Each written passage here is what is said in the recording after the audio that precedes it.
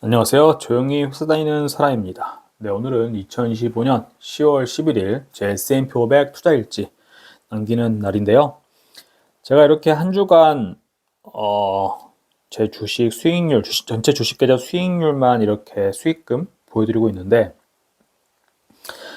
그 전주까지 해가지고 원래 이번 주도 금요일만 아니었으면은 한 500만 원, 600만 원 정도 한 주 만에 이렇게 수익이 나는 상황이었는데 자고 일어났더니 제 썸네일에서 보여드렸던 것처럼 S&P 500이 2.71% 하락해가지고 결국에 마이너스 110만 원 손실로 끝나게 되었습니다.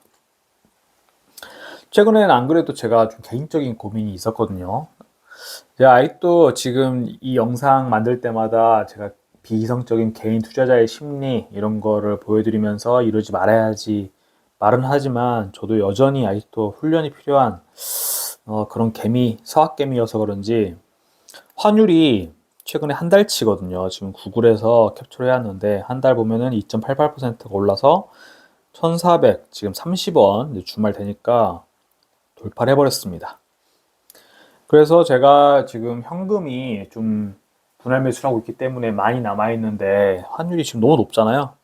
제가 대충 1,300원 중반대쯤에서 매수를 하고 싶은 소망이 있었는데 1,300 후반도 모자라가지고 1,430원 이러다 1,450원, 뭐 1,500원까지 가는 거 아닌가 모르겠습니다만은 어쨌든 저는 원화로 돈을 들고 있기 때문에 집한 돈의 일부죠. 이 말인즉슨은 원화의 가치가 떨어지고 있으니 S&P 500 ETF든지 VX US ETF든지 제가 달러로 환전한 다음에 매수를 해야 되는데 이 매수할 수 있는 수량이 점점 줄어든다 이런 문제가 있어서 근데 환율이 1,429원이 이게 정상인 건가? 일시적으로 높은 걸까? 지금 이런 거에 판단이 잘 서지 않아가지고 혹은 이게 1,430원이 지금 비싸 보이는데 오히려 더 올라가가지고 지금 이게 싼 게 아닐까?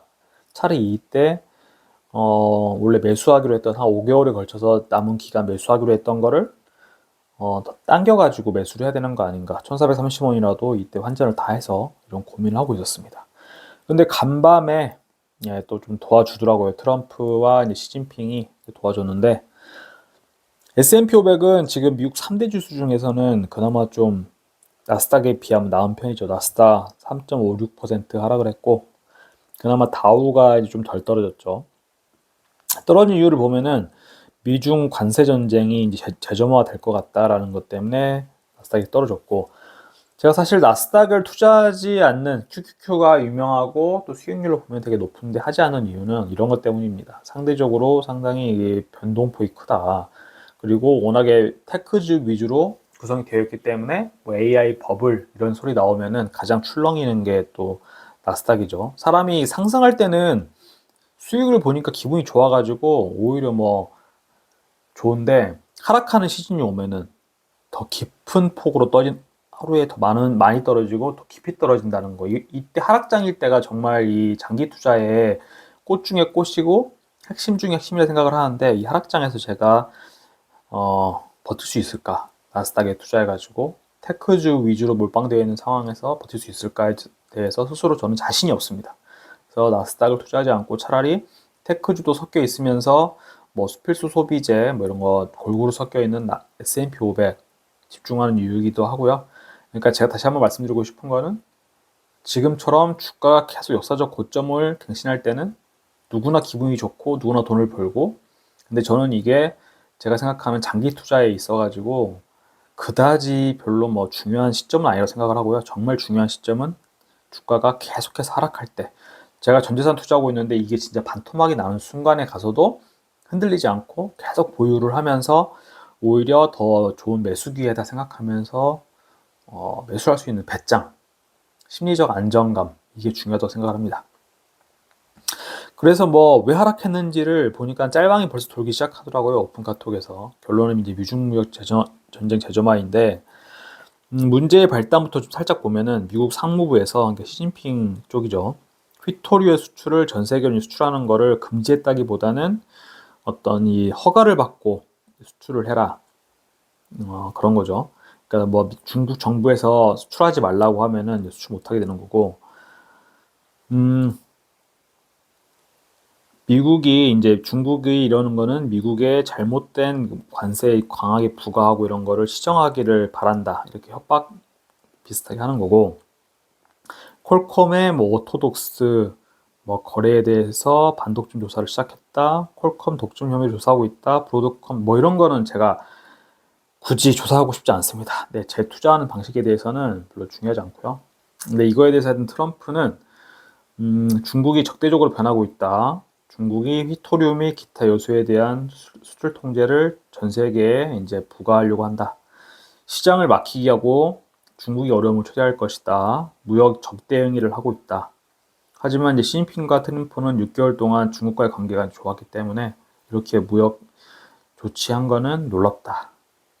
그렇고 중국이 이런 휘토리 수출 금지 이런 거는 오랫동안 계획을 해온 것 같다. 하지만 결론은 미국은 중국에 비해서 뭐 2배 더 많이 갖고 있고 대규모 관세 이상 카드가 있고 대응책이 있고 아무튼 그래서 결론적으로는 미국 증시가 2에서 3% 하락을 했고 코스피 야간 선물도 3.4% 급락했다. 근데 제가 이런 거 뭐 간단히 한번 읽어보고 왜 그런지 자세히 공부하지 않는 이유는 뭐냐? 저는 단타를 하거나 스윙 거래를 하는 게 아닙니다. 제가 뭐 이렇게 미국, 중국 싸운다 그래가지고 할 수 있는 게 없어요. 뭐 주식을 팔아가지고 현금을 확보한 다음에 다음 뭐 진입 타이밍을 노린다? 다 이런 거는 헛소리라고 저는 생각을 하고요. 얼마나 내가 시장 타이밍을 보는 게 아니고 시장이 오랫동안 흔들리지 않고 머무를 수 있느냐라고 생각을 합니다. 이런 뭐 마이너스 3%가 하락했다 이런 거는 제 삶에 어떤 지장을 주지 않고요. 그냥 유튜브에서 몇 분 더 이렇게 시간 때울 수 있는 소재가 될 뿐입니다. 그래서 제가 보고 그 결과적으로는 이제 뭐 6년, 7년 이렇게 미국 주식에 계속 투자를 하면서 핵심만 이렇게 제 스스로 정리한 것들을 이 영상을 통해서 이렇게 소개해드리고 있는데요. 개인 투자자들의 이런 비성적인 투자 패턴 이걸 제가 계속 매주 보는 이유는 제가 지금 달러 환율이 이렇게 오른 거에 대해 가지고 갈등하고 지금 뭐 원래 계획 세워놨던 거를 어기고 일시로 이제 환전을 해서 매수를 할까 뭐 이런 고민하는 것부터가 이 가격이 오르면 사고 내리면 팔고 싶어지는 뭐 이제 걱정되고 후회되고 의심되고 오를 때는 주식시장에 관심을 더 가지고 내가 투자하고 있는 게 맞다라는 확신이 생기고 욕심을 더 부리게 되고 이게 이제 비성적인 투자자의 마인드거든요. 저도 이제 이런 거에 휘둘리는 편이었기 때문에 계속 제 스스로 보면서 그러지 말자 결심을 하는 겁니다. 미국은 어쨌든 누가 뭐래도 민간 소비 중심 구조로 성장하는 뭐 그런 나라다. 그리고 GDP 순위를 보면은 미국이 당연히 전 세계 1위면서 개개인도 되게 잘 사는 인구가 4억이 안 되는데 지금 보면 GDP가 30조가 넘습니다. 근데 중국이 근데 두 번째잖아요. 중국이 엄청난 거죠. 19.2조 달러를 이렇게 GDP 내고 있는데 인구가 미국에 비해서 4배, 5배가 됩니다. 근데 이 GDP 자체는 미국의 한 70% 정도 수준이죠. 그러면 중국인 개개인 자체는 미국에 비해서는 얼마라고 해야 될까요? 한 뭐 최소 한 10배 정도는 못 산다. 그 정도는 봐야겠죠. 그래서 우리가 중국이 큰 나라이고 경제 강국인 건 알겠으나 중국인의 삶 자체를 부러워하지 않고 미국인의 삶을 부러워하는 게 이런 것 때문이죠. 1인당 GDP 자체로 봤을 때는 중국이 높다라고 할 수가 없기 때문이죠. 한국은 뭐 12, 13위 이렇게 위치하고 있는데 지금 대만 1인당 GDP로 보면은 대만한테 추월당하게 생겼기 때문에 좀 우리나라도 좀 선전해야 되지 않을까 생각을 하고 그리고 아직 관세 협정 끝나지 않았습니다. 한국 지금 현대차, 기아차 이게 미국에서 25% 관세를 때려맞고 있기 때문에 또 미국에서 달러를 벌어오는 효자 산업 중에 이제 반도체, 그다음 자동차 이렇게 있기 때문에 빨리 관세 협정이 끝나야 되지 않을까 하는 걱정을 좀 하고 있고 그리고 이런 이제 약간 미국의 이런 횡포에 대해서 반미 약간 여론이 생기려고 하는데 문제가 뭐냐? 뭐 혹자는 미국을 버리고 그 외 국가들끼리 연합해가지고 다변화를 하면 되지 않냐? 우리나라도 우리한 대기업들도 미국에 너무 의존하지 말고 다른 나라로 수출을 하면 되는 거 아니냐 이런 소리를 하고 있는데요.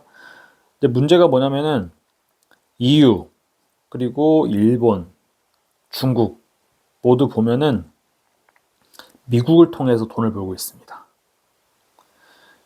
그런데 이제 돈을 그래서 써주는 나라 자체가 없는 상태에서 지금 수출해가지고 돈을 벌어야 되는 나라들끼리 서로 교류해가지고 미국을 배제한 만큼 효과를 낼 수 있느냐? 어불성설입니다. 왜냐면은 사줄 사람이 없고 팔고 싶은 사람들끼리만 모여가지고 뭘 할 수 있겠느냐가 기본적 생각이고요. 그리고 우리나라 대기업들 얼마나 지금 뭐 예전에 대우그룹 김우중 회장처럼 세상은 넓고 뭐 수출할 것도 많고 이렇다고 하지만 그래서 그 기조로 20년, 30년 동안 정말 우리 선배들부터 해가지고 저도 포함해서 이미 전 세계 시장을 모두 개척할 만큼 개척을 했고 수출도 다변화해가지고 이미 지금 최선을 다해서 수출하고 있는 거고요. 그 와중에서도 그렇게 했음에도 그렇게 한 결과에도 미국으로 수출한 양이 지금 제일 많다. 이렇게 볼 수가 있고요. 그 통계를 바로 좀 보여드리면은 네, 보시면 정말 우리나라 다변화했죠. 베트남에도 수출하고 대만, 홍콩, 일본, 인도, 싱가포르, 호주, 멕시코 할 수 있는 건 다 있습니다. EU로도 유럽으로도 많이 수출을 하고 있고 그런데도 여전히 미국이 최대 수출국이고 최대 흑자국이다. 이런 점을 유념을 해야 될 것 같습니다. 그걸 알기 때문에 우리나라의 SK그룹, 삼성, 현대, 기아 이렇게 미국에다가 공장을 지어주고 현지인들 고용해서 일자리 창출 1위 한국이죠. 달러를 벌어들이려고 하는 게 미국이 이렇게 큰 시장이고 결국에 외화 벌이를 할 수 있는 가장 좋은 시장이기 때문에 이러고 있다는 거.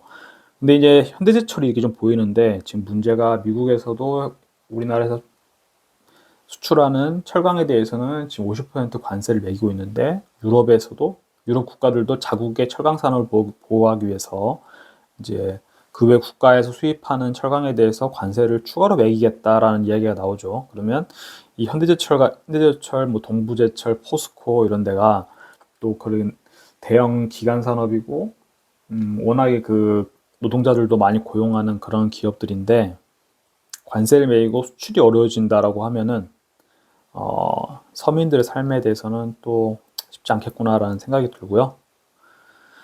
네, 뭐 이렇게 미국에 대한 이야기 하는데 우리나라 또 이거 있죠.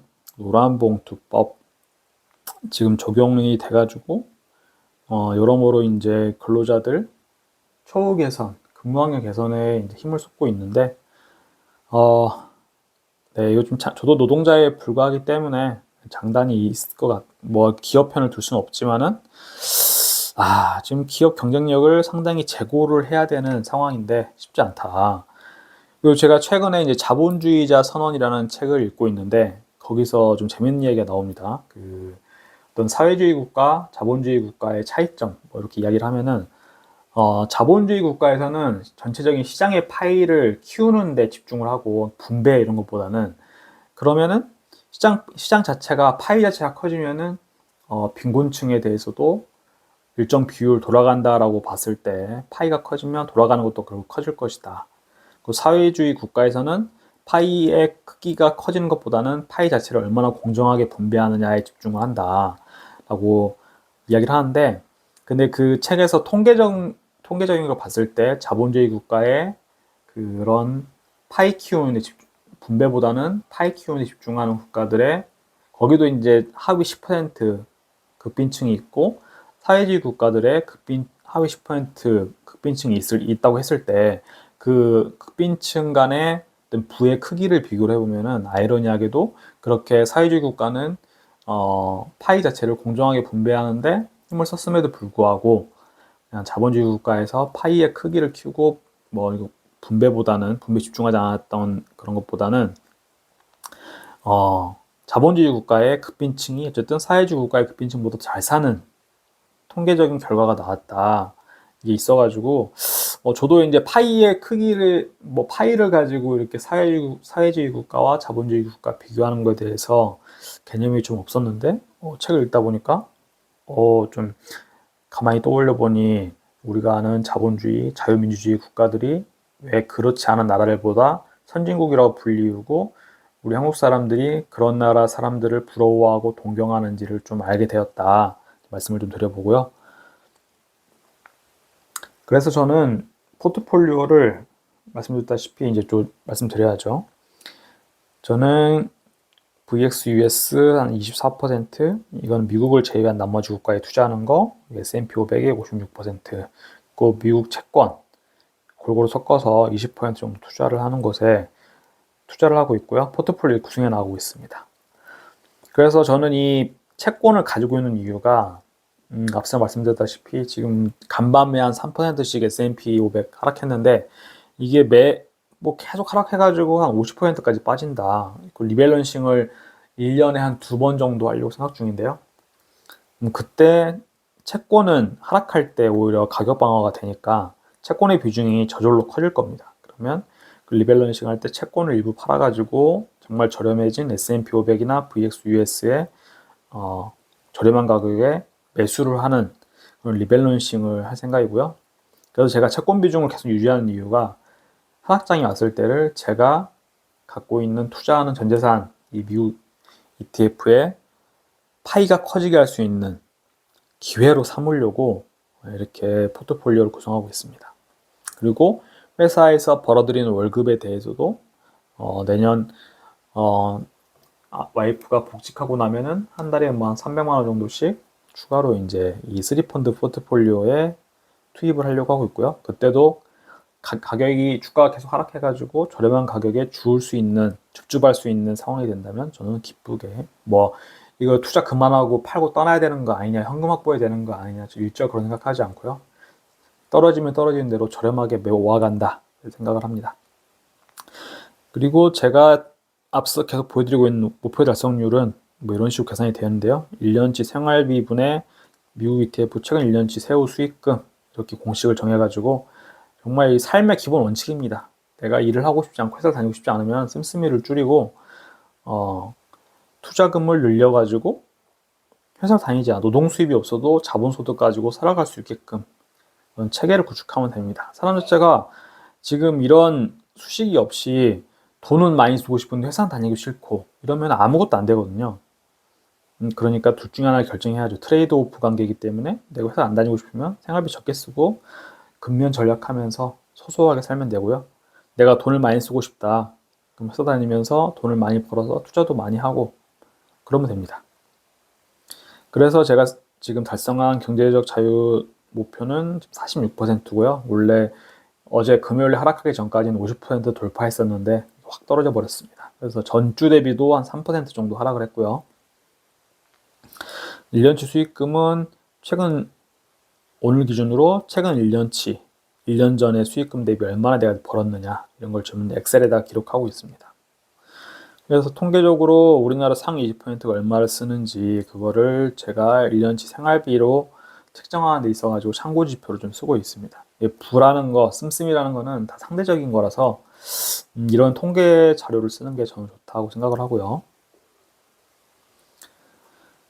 그래서 저는 현실적으로 이렇게 투자 목표, 투자 방법 다 정해놓았고 진인사 대천명하고 있습니다. 모든 일에 최선을 다하고 하늘의 뜻을 기다릴 뿐입니다. 제가 유튜브를 하는 이유는 제가 경제적 자유 달성에 가는 기록 그리고 앞서 제가 개인 투자자들의 비이성적인 투자 패턴 말씀드렸죠. 저도 계속 이거를 까먹기 때문에 반복하고 복기를 하면서 되새기고 있습니다. 이거는 장이 하락할 때 하락장에서 정말 더 중요한 일이 될 거다. 일과가 된다라고 생각을 하고요. 그리고 돈은 바닷물과 같기 때문에 너무 돈에 환장하지 말자 말씀을 드려보겠습니다. 그래서 저는 제가 달성해 나가는 이 경제적 자유, 저는 안정적으로 했을 때 40대, 50대가 되기 전에 이제 회사를 다니지 않아도 너무 이제 내 생활비 쓰는 것보다 투자 수익이 훨씬 늘어나가지고 퇴사를 할 수밖에 없는 회사를 다니는 게 의미가 없어지는 시점까지는 좀 슬로우 파이어족이라는 제가 스스로 명명한 명칭인데 이런 삶을 유지해 나갈 계획입니다. 네, 오늘 영상 또 좀 길어졌는데요. 여기까지 봐주셔서 정말 감사합니다.